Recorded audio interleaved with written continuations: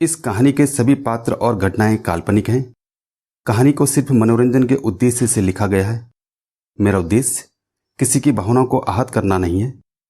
यदि ये कहानी किसी के जीवन से समानता रखता हो तो इसे मात्र संयोग ही समझा जाए।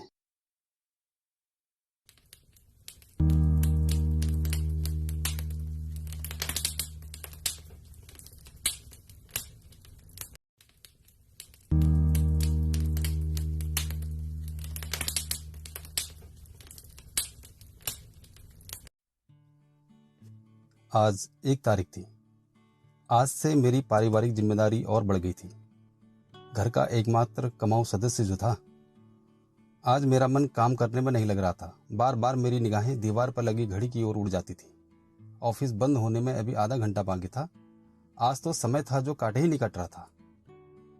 ऐसा लग रहा था जैसे रेगिस्तान में पानी की प्यास में भागते भागते बावड़ी नजर आ गई हो और दौड़कर वह नीचे जा रहा हो और शीतल पानी पीने के लिए हाथ बढ़ाया ही था कि अचानक बड़े बाबू की कर्कश आवाज सुनाई दी।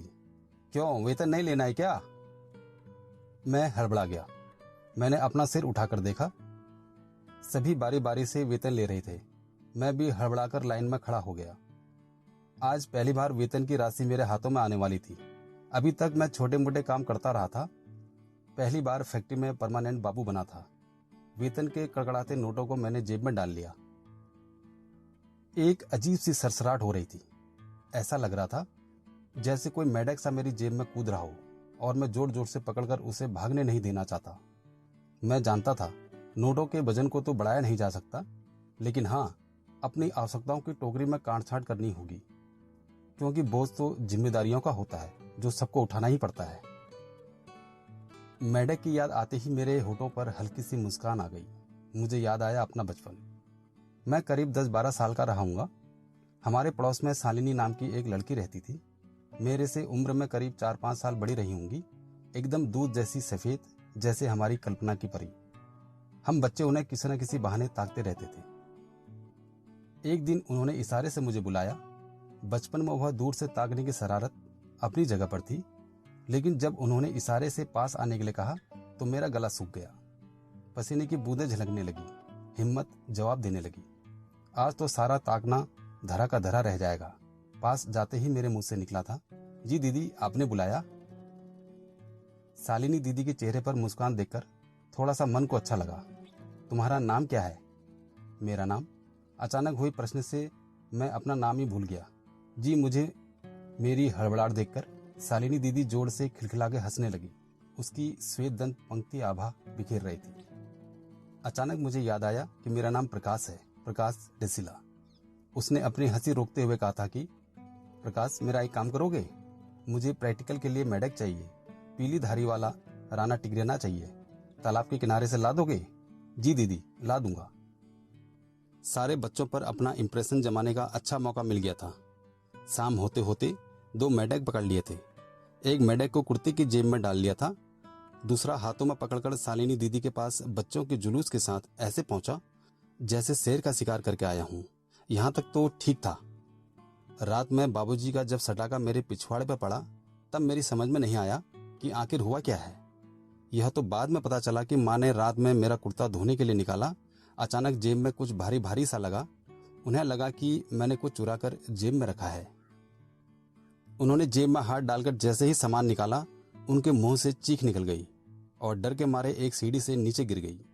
हीरो बनने के चक्कर में मैं भूल गया था कि एक मेढक मेरी जेब में ही रह गया था और बचपन का निश्चल प्यार दम तोड़ गया। जब मैं कॉलेज में पढ़ रहा था, फाइनल ईयर था।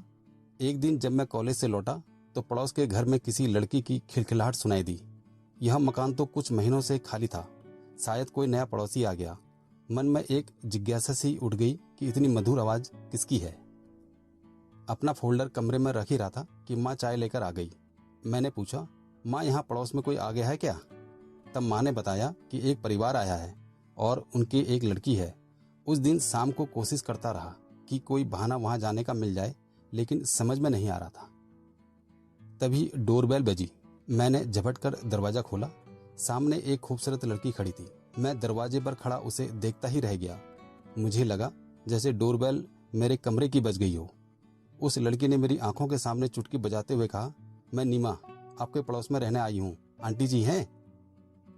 मैं एक पल के लिए हड़बड़ा गया। आंटी? यहाँ तो कोई आंटी नहीं है। तभी अंदर से माँ की आवाज आई, कौन है?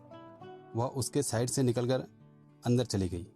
आंटी, मैं नीमा, हमारे घर पर दूध फट गया, यदि आप एक कप दे दे तो। क्यों नहीं बेटा, उन्होंने प्रकाश को आवाज लगाई। प्रकाश बेटा, मेरे हाथ में आटा लगा है, तुम नीमा को दूध दे दो। मैं तुरंत किचन में गया और भगोनी लेकर कप में दूध देने लगा। नजर अब भी नीमा की ओर ही थी कि कप भरने से दूध नीचे गिरने लगा। वह खिलखिलाकर हंसते हुए दूध लेकर चली गई थी। पता नहीं मुझे क्या हो गया था, नीमा को देखने का मन बार बार करता था।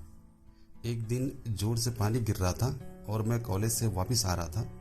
रोड पर पानी भरा हुआ था। साइकिल चलाते हुए मैंने पर्दा हटाकर झांकते हुए नीमा को देखा, यानी वह भी मेरे आने का इंतजार कर रही थी। मैं उसको देखने के चक्कर में भूल गया कि सामने पानी के नल का गड्ढा है और मैं साइकिल सहित उसमें गिर गया। तभी तुरंत दौड़कर नीमा आ गई थी और भीगते हुए उसने मुझे उठने में सहायता की थी। अब मेरी उसकी जिंदगी बदल गई थी, लेकिन अभी मैं प्यार की पहली पायदान नहीं चढ़ पाया था कि उसके पापा का ट्रांसफर हो गया और मैं उसको जाते हुए देखता रह गया। मैंने अपनी जेब को जोर से पकड़ लिया। पूरे शरीर में हल्की हल्की गर्माहट हो रही थी। घर अभी 2 किलोमीटर दूर था। पहले बाबूजी का चश्मा ठीक करवाना होगा। अभी कुछ दिन पहले ही सब्जी लाते समय अपनी खानदानी एटलस साइकिल से गिर गए थे और चश्मा का एक लेंस टूट गया था। बेचारे एक लेंस का चश्मा पहने घर लौटे तो माँ ने खूब खरी खोटी सुनाई। उन्हें इसका दर्द तो बाद में हुआ कि बाबूजी के हाथ और कूल्हे में चोट लग गई है। पहले तो गरीबी का आटा गीला नजर आया। 200 रुपये का चश्मा टूट गया था। बेचारे एक लेंस का चश्मा पहने घर लौटे तो माँ ने खूब खरी खोटी सुनाई। उन्हें इसका दर्द तो बाद में हुआ कि बाबूजी के हाथ और कूल्हे में चोट लग गई थी।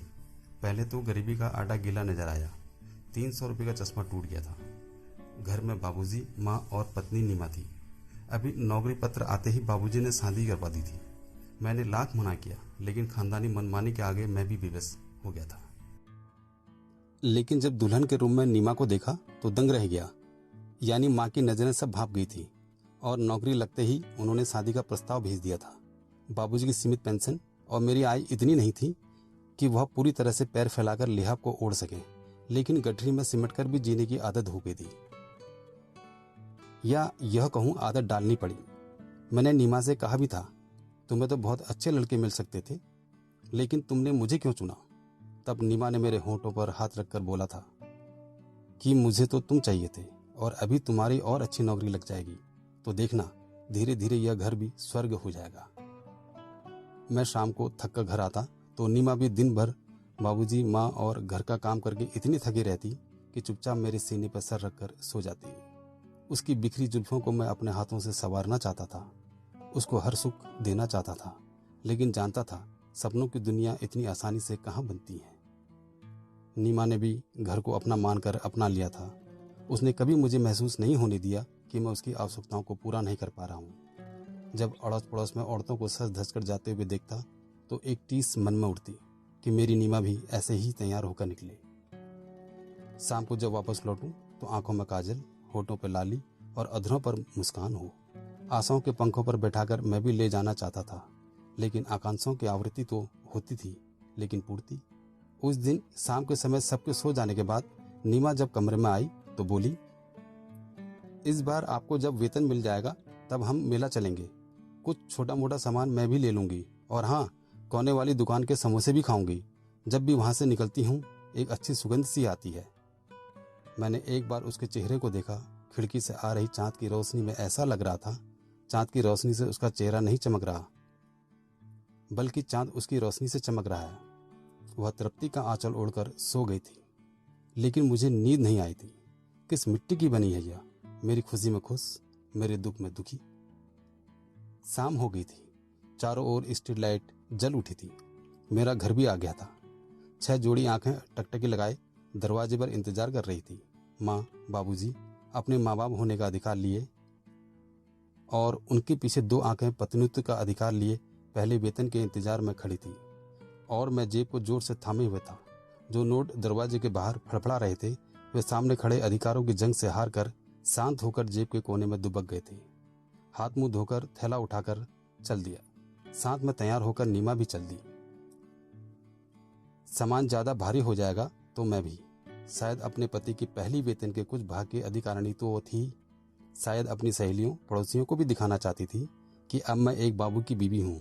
तुम्हारी तरह ठसक से मैं भी बाजार जाकर वह क्या कहते हैं वो मार्केटिंग कर सकती हूँ। बाबूजी का चश्मा, फिर माँ की दवाइयाँ और घर का राशन पानी लेकर जब वापस चले तो मैं सिर झुकाए हुए था। अब इतने पैसे ही नहीं थे कि नीमा को मेले ले जा पाता। आत्मग्लानि में डूबा चुपचाप चला जा रहा था। नीमा मेरी मजबूरी समझ गई थी। शायद एक विशेष इंद्री होती है पत्नियों के पास जो न कहे शब्दों को पहचान जाती है। वह हंसते हुए बोली, सुनिए, आजकल मेले में कितनी भीड़ होती है। सच्ची मुझे तो भीड़ भाड़ में डर लगता है। हम फिर कभी आराम से मेला चलेंगे। फिर जल्दी क्या है, अगले माह बाबूजी का चश्मा थोड़े लेना है, तब ले लेंगे। आप परेशान मत हो।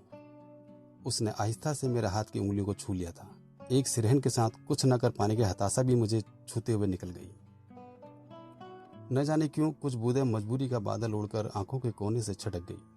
मैंने झूठा सा मुस्कुरा कर उसकी ओर देखा। सामने कोने वाले हलवाई की दुकान आ गई थी। समोसे तलने की भीनी भीनी खुशबू आ रही थी। अचानक नीमा बोली, पता नहीं क्यों आज पेट में ऐंठन सी हो रही है, चलिए जल्दी से घर चलते हैं। शायद वह मुझे जिल्लत से बचाना चाहती थी, इसलिए बहाना कर रही थी। एक बार मैंने चुपके से अपनी पैंट की जेब में हाथ डाला। उंगलियों से आखिरी नोट टकराया। 5 का नोट था। इससे पहले कि नीमा कुछ समझ पाती, मैं तेजी से दुकान पर गया और पूछा, समोसा कितने का है? हलवाई ने कहा, 5 का 1। मैंने खरीद लिया और आश्चर्य में खड़ी नीमा के ओर लपका और उसका हाथ पकड़कर पास लगे हैंडपंप के चबूतरे पर बैठ गया। गरम गरम समोसा मैंने उसकी ओर बढ़ा दिया। उसकी नजरों में जो प्यार झलक आया था, चेहरे पे जो तृप्ति नजर आ रही थी, ऐसा आभास हो रहा था जैसे उसकी झोली में मैंने सारे संसार की खुशियां डाल दी हों। वह हंस दी, शायद सचमुच दिल से हंसी थी। तभी तो उस दिन की दंत पंक्ति शालिनी दीदी की भांति श्वेत आभा फैला रही थी। चेहरे का रंग भले ही फक सफेद न हो, लेकिन आज जो आभा दिख रही थी वह सचमुच शालिनी दीदी को भी मात कर रही थी। मेरे सपनों की परी आज अपने सुनहरे पंख फैलाए अटखेलियां कर रही थी। सच में प्यार में रुपये का मोल गौण हो जाता है और भावना अनमोल। उसको मैं अंतर मन में महसूस कर रहा था। मैं जीवन के उन क्षणों को जी रहा था जो शायद पैसे की आपाधापी में लगे लोग महसूस न कर पाते होंगे।